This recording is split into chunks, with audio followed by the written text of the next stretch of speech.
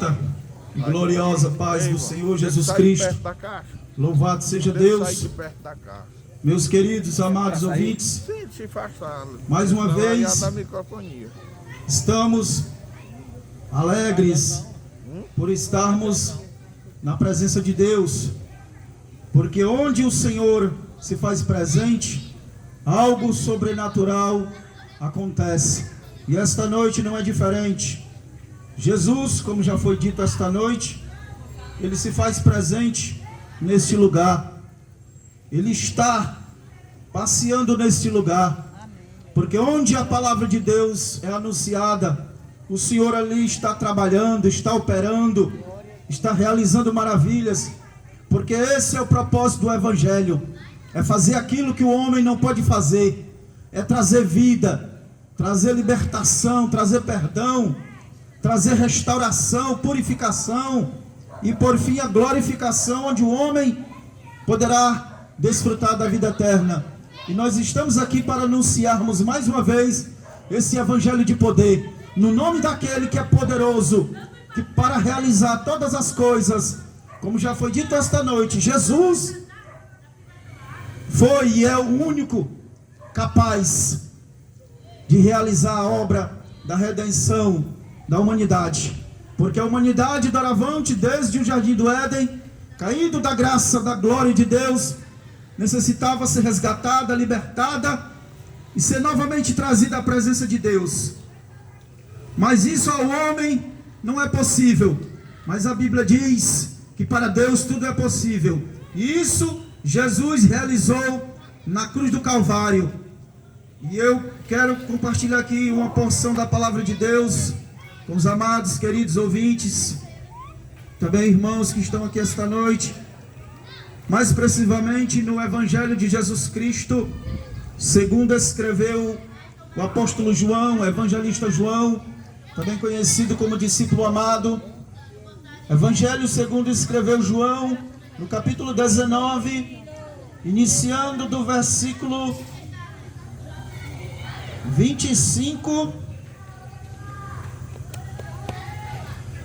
iniciando do versículo 25 em diante, que diz assim: tendo pois os soldados crucificado a Jesus, tomaram as suas vestes e fizeram 4 partes, para cada soldado uma parte, e também a túnica, porém tecida, toda de alto a baixo, não tinha costura. Disseram pois uns aos outros: não a rasgamos para ver de quem será. Isto foi assim para que se cumprisse a escritura, que diz: dividiram entre si as minhas vestes, e sobre a minha túnica lançaram sorte. Os soldados, pois, fizeram estas coisas. E junto à cruz de Jesus estava sua mãe, e a irmã de sua mãe, Maria, mulher de Clopas, e Maria Madalena.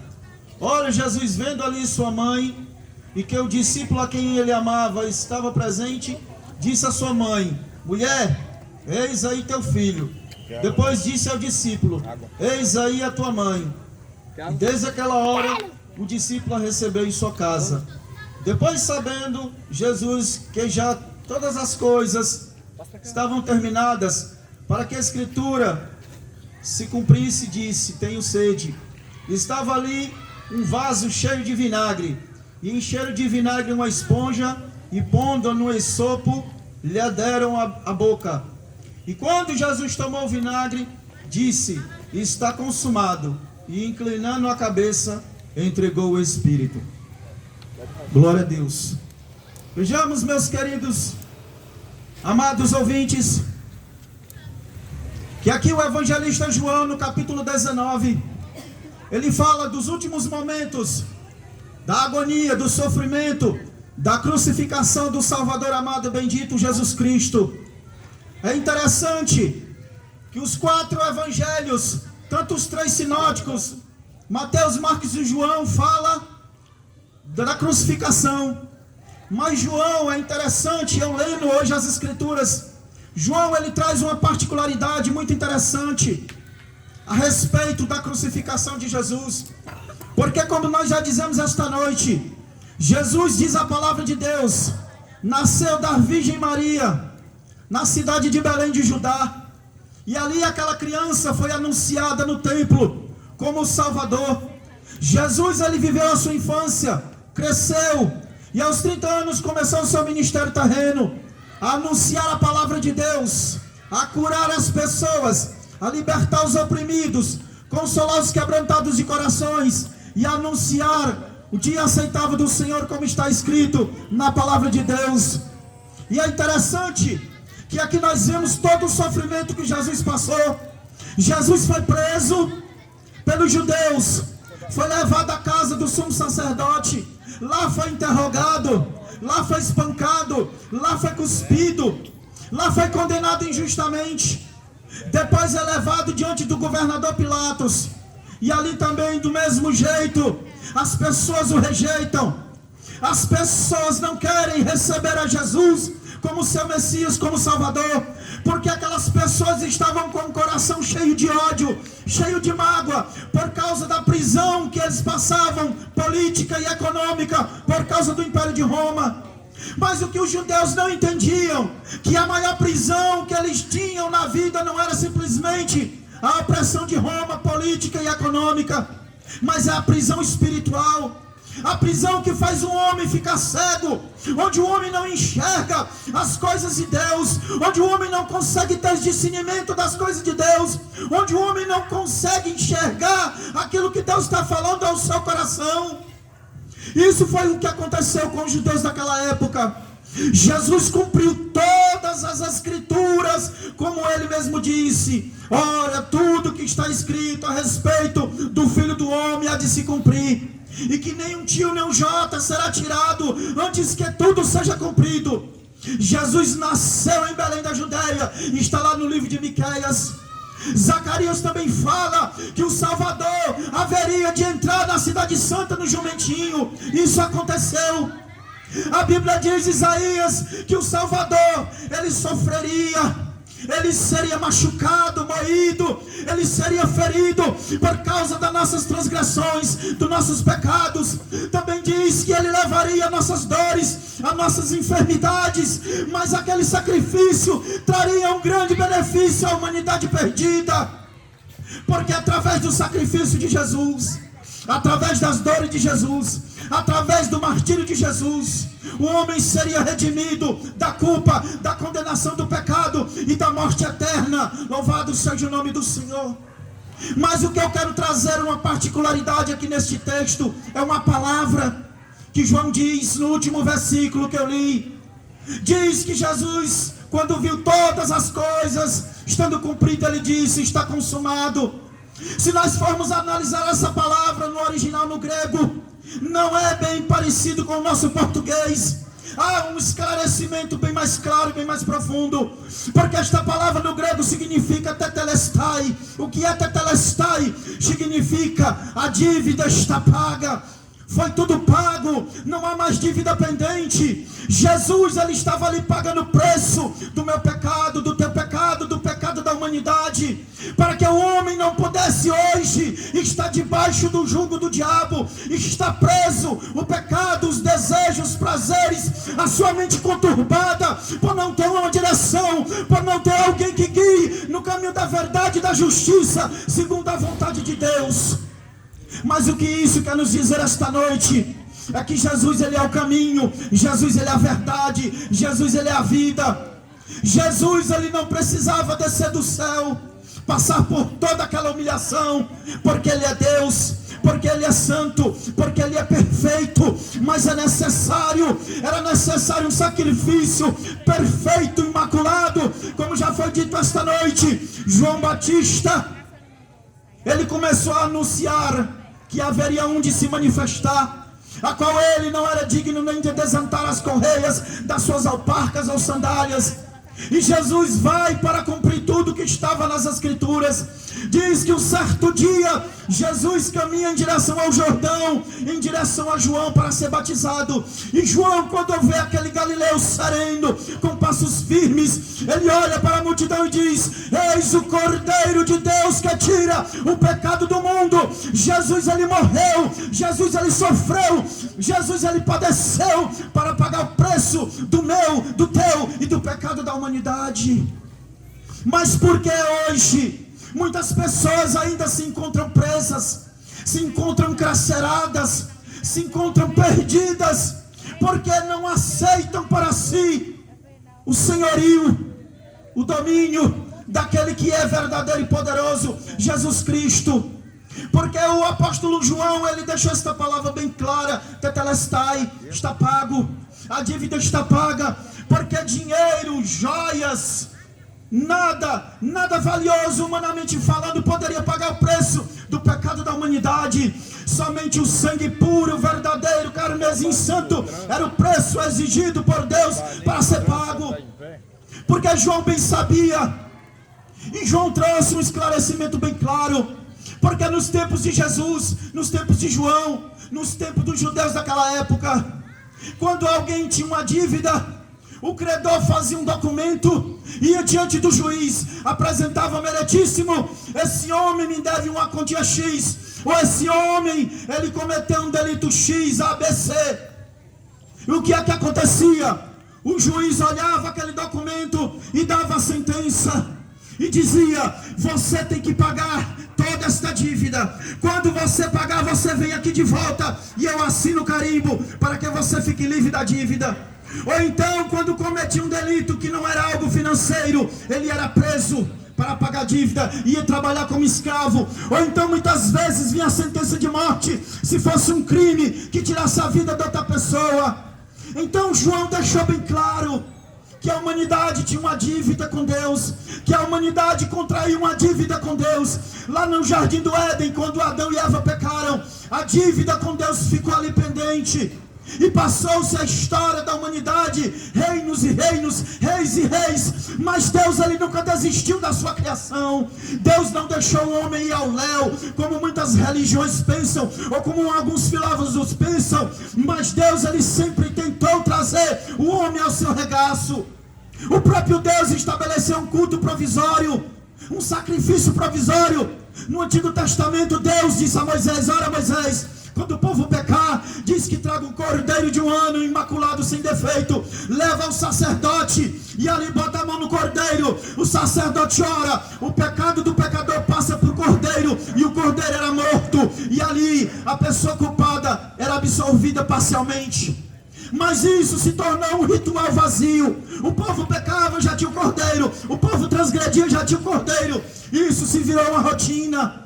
Mas Deus sabia que precisava um sacrifício mais perfeito, um sacrifício que viesse transformar o homem por dentro, no seu espírito, na sua alma, na sua mente, para que ele pudesse entender a gravidade da vida que ele vivia no pecado, e automaticamente, se morresse, ele poderia ser condenado ao lago de fogo e enxofre. Mas Deus, ele proveu esse sacrifício. Do Antigo Testamento Deus proveu, do Novo Testamento também Deus proveu. Porque se nós formos para o livro de Ezequiel, capítulo 11, versículo 34, nós vamos ver o Deus Todo-Poderoso. Jesus ainda não tinha encarnado, Jesus estava no céu como verbo, e ele mesmo diz: diz o Senhor Jeová, eu mesmo buscarei as minhas ovelhas e trarei para mim, e haverá um só pastor, e haverá um só rebanho. Louvado seja o nome do Senhor. A palavra de Deus, ela já profetizava que o Messias haveria de vir, que alguém viria resgatar a humanidade perdida. Louvado seja o nome do Senhor. O homem pode ser milionário, bilionário, trilhardário, ser o homem mais rico da terra, como existe hoje muitos, mas toda a sua riqueza, toda a sua fama, todo o seu prestígio, como diz a palavra de Deus, são trapos de imundície para Deus, para remir a alma do homem.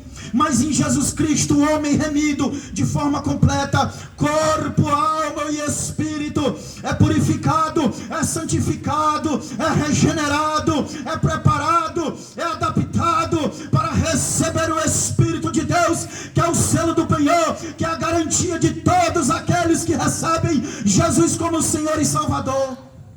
Talvez, meu querido, você está aí na sua casa ouvindo esta palavra, talvez o teu coração está ardendo, talvez a tua alma está aflita, talvez você está passando por uma situação difícil na sua vida pessoal, conjugal, familiar, com seus filhos.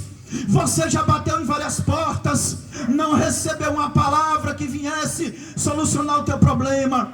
Você já passou de religião A, B, C, mas a sua alma continua aflita e oprimida, continua subjugada. Sabe por quê? Porque falta você receber aquele que verdadeiramente pagou o preço pela tua alma, Jesus, o Filho de Deus.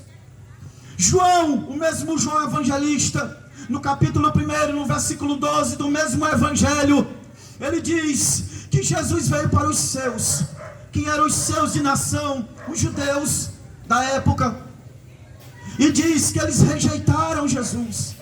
Mas o evangelista diz: mas todos quantos o receberam, deu-lhes o poder e o direito de serem feitos filhos de Deus, não nascido da carne, mas nascido do Espírito. Porque o que é nascido da carne é carne, mas o que é nascido do Espírito é espiritual. Passa a entender, passa a compreender, passa a aceitar, passa a ser dirigido pelo Espírito Santo, que comunica a vida desse Cristo na vida da pessoa regenerada.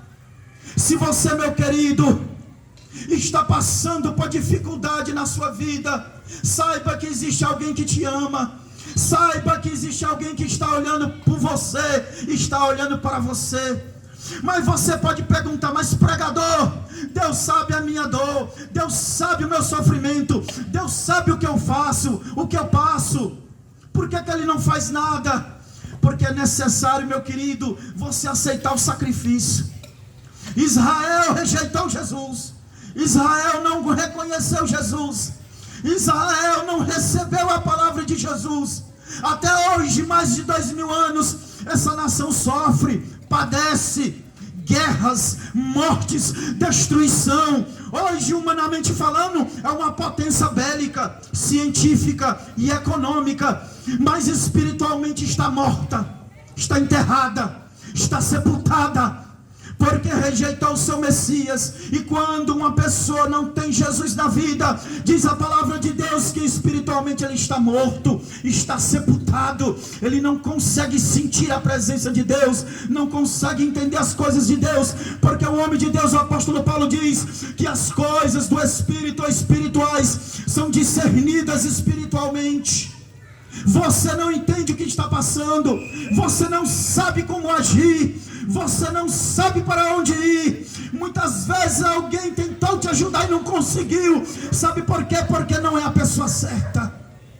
A pessoa certa se chama Jesus, porque ele diz nos evangelhos: todo aquele que vem a mim, de maneira nenhuma eu lanço fora. Quando uma pessoa aceita Jesus, quando uma pessoa crê no Evangelho, quando uma pessoa é confrontada pela palavra, quando uma pessoa é tocada pelo Espírito, esta pessoa vai diante de Jesus e diz: Senhor, hoje eu reconheço que sou um pecador, estou preso, estou acorrentado, mas hoje eu quero ser liberto, restaurado, porque eu sei que o teu poder, Senhor, é ilimitado e somente tu pode fazer esta obra na minha vida. Você pode fazer hoje essa oração. Você pode hoje tomar uma decisão. Você pode hoje ter essa comunhão com Cristo, mediante a fé. Porque é necessário que o homem aceite as coisas espirituais pela fé. Porque o escritor aos Hebreus diz que nós devemos viver por fé e não por vista. Fé em quem? Fé em Jesus. Crer em Jesus, aceitar Jesus, receber Jesus, servir a Jesus, adorar Jesus, viver com Jesus, por Jesus, com Jesus, para que quando Ele vier buscar o seu povo, você não seja confundido. porque somente aqueles que recebem a Jesus e vivem segundo a sua doutrina, segundo a sua palavra revelada nas Escrituras, estes sim têm direito à herança da glória eterna. Não pense você que vivendo a sua vida de engano, de religiosidade, de pecado, ou até mesmo o seu dinheiro, a sua fama, a sua popularidade vai lhe dar direito de entrar no céu. Não se engane, porque não vai, porque o passaporte é carimbado com sangue, o sangue do Cordeiro, para que você naquele dia não seja confundido e não seja julgado e condenado e lançado no tormento eterno. Então João, ele esclarece esta palavra: tetelestai, a dívida foi paga. Quando o homem pagava a dívida, ou ele cumpria a pena de algum crime, se não fosse condenado à morte, quando ele cumprisse tudo que está no documento, aí o credor pegava o documento, pegava ali o réu, ia diante do meritíssimo e dizia: Senhor, meritíssimo, esta pessoa me devia tanto, mas ele pagou. Este homem cometeu tal crime contra mim, a minha casa, a minha família, mas ele pagou a pena. O juiz pegava o carimbo e carimbava, pá, está pago a dívida, tetelestai. Foi o que Jesus fez. A minha dívida, a tua dívida, a nossa dívida, a dívida da humanidade, Jesus pagou lá na cruz do Calvário. Diz o apóstolo Paulo no capítulo 3 de Colossenses, que a cédula da dívida, que era contra a nossa vida, que estava nas ordenanças de Deus, Jesus pegou e cravou na cruz e expôs os principados e potestades. Hoje os remidos não vivem mais segundo a sua vontade, mas segundo a vontade de Deus. Os remidos são guiados pelo Espírito. Os remidos servem a Deus, creem em Cristo, adoram a Cristo, esperam a Cristo e sabem que Cristo é o maior tesouro que eles têm na vida deles. Então hoje você tem esta oportunidade. A palavra está sendo pregada, a mensagem está sendo exposta, tudo está ficando claro aos seus olhos e aos seus ouvidos. Se você ainda não tinha ouvido esta palavra ser exposto desta maneira, hoje você está ouvindo, porque muitas religiões têm a palavra, têm a Bíblia, mas os seus sacerdotes mentirosos, enganados, e enganando as pessoas com doutrinas de homens. Jesus, em Mateus 22, ele censurou homens religiosos da sua época, fariseus, escribas e saduceus. Ele disse: seus hipócritas, raça de víboras, vocês querem validar o mandamento, a palavra de Deus, com mandamento e palavras de homens. Vocês vão pagar o preço por isso. Muitos dos que estão aí dizendo ser sacerdotes, ser homens de Deus, um dia vão ficar diante de Deus e vão prestar conta do que fizeram, do que falaram, do que realizaram e das almas que se perderam por causa da sua hipocrisia. Mas nós estamos aqui com o nosso coração lavado, o nosso coração limpo, porque foi purificado pelo sangue de Jesus. 1 João 1,6 diz: se nós andarmos na luz, quem é a luz? A Jesus, a palavra viva, pela palavra revelada, nós temos comunhão com os santos, com Deus, com o Pai, com o Espírito Santo. E o sangue de Jesus Cristo, seu Filho, nos purifica de todo pecado. Então é o sangue de Jesus que tem poder para perdoar o teu pecado. Não é o sacerdote, não é a mãe, não é o pai, não é o filho. O teu filho não é o filho do sacerdote, mas é o filho de Deus. Jesus, ele cumpriu tudo. Jesus, ele realizou tudo. Mas para que este documento que foi pago tenha eficácia na tua vida, tu tem que receber a dádiva do preço que foi pago. Para mim, para você, nós não pagamos nada, mas para Jesus foi um alto preço. Desceu do céu, de um trono de glória, da adoração dos anjos, querubins e serafins, adorado e aclamado por todo o universo. Se fez homem, se fez carne, nasceu como homem, viveu como homem. Porém, diz a palavra de Deus, sem pecado, imaculado, perfeito, porque não nasceu da carne, mas foi concebido pelo poder do Espírito. Então somente esse Jesus divino humano, ele tem poder nas suas mãos não só naquela época, mas hoje e até o dia que ele voltar. Ele tem poder para libertar o mais vil pecador. Não importa o teu pecado, não importa a tua dívida, não importa o que tu cometeu, o sangue de Jesus te purifica, o sangue de Jesus te lava, o sangue de Jesus paga a dívida que você tem diante de Deus. Não espere que você receba o perdão de outra forma, porque biblicamente não existe. Somente na fé, no sacrifício expiatório do sangue de Cristo é que nós temos a redenção completa, o perdão dos pecados, a comunhão com o Pai. Jesus, João 14,6, ele diz: eu sou o caminho, a verdade e a vida. Como o irmão Robson já falou, muitos caminhos tinha naquela época. Hoje, muito mais ainda. Muitos homens que se dizem o caminho morreram, foram sepultados e os seus ossos estão lá. Mas o nosso Cristo morreu e ressuscitou ao terceiro dia. E diz que ele subiu aos céus. E ele prometeu voltar. E ele vai voltar. Mas que para você, meu querido ouvinte, não seja pego de surpresa. Para que aquele grande dia não seja para você um dia de amargura terrível, onde não haverá mais chance. Porque hoje, na dispensação da graça, nós pregamos a palavra, as pessoas podem vir a Jesus, mas após o arrebatamento da igreja, não há mais salvação para aqueles que rejeitaram a Cristo. Diz a palavra de Deus, somente uma expectativa de fogo e juízo. Não existe purgatório, não existe reencarnação, porque Hebreus 9:27 diz: ao homem está ordenado morrer apenas uma vez, após disso segue o juízo. É isso que o inimigo quer colocar na mente das pessoas, que o homem vive, peca, transgride, morre, ainda tem uma oportunidade após a morte. Isso é mentira do diabo, porque a palavra de Deus diz: quando ouvires a voz do Senhor, não endureça o teu coração, não feche os teus ouvidos, não feche a tua porta para a palavra que pode mudar a tua existência hoje, diante dos homens e diante de Deus. Então, meu querido, hoje faça uma aliança com Deus em Cristo Jesus, porque a dívida foi paga. Tetelestai, a dívida foi paga por Cristo, mas era para ter uma eficiência na tua vida. Você precisa reconhecer que é pecador, que precisa do Salvador, que você precisa ser perdoado, remido, precisa ser regenerado, para que você possa viver conforme a vontade de Deus.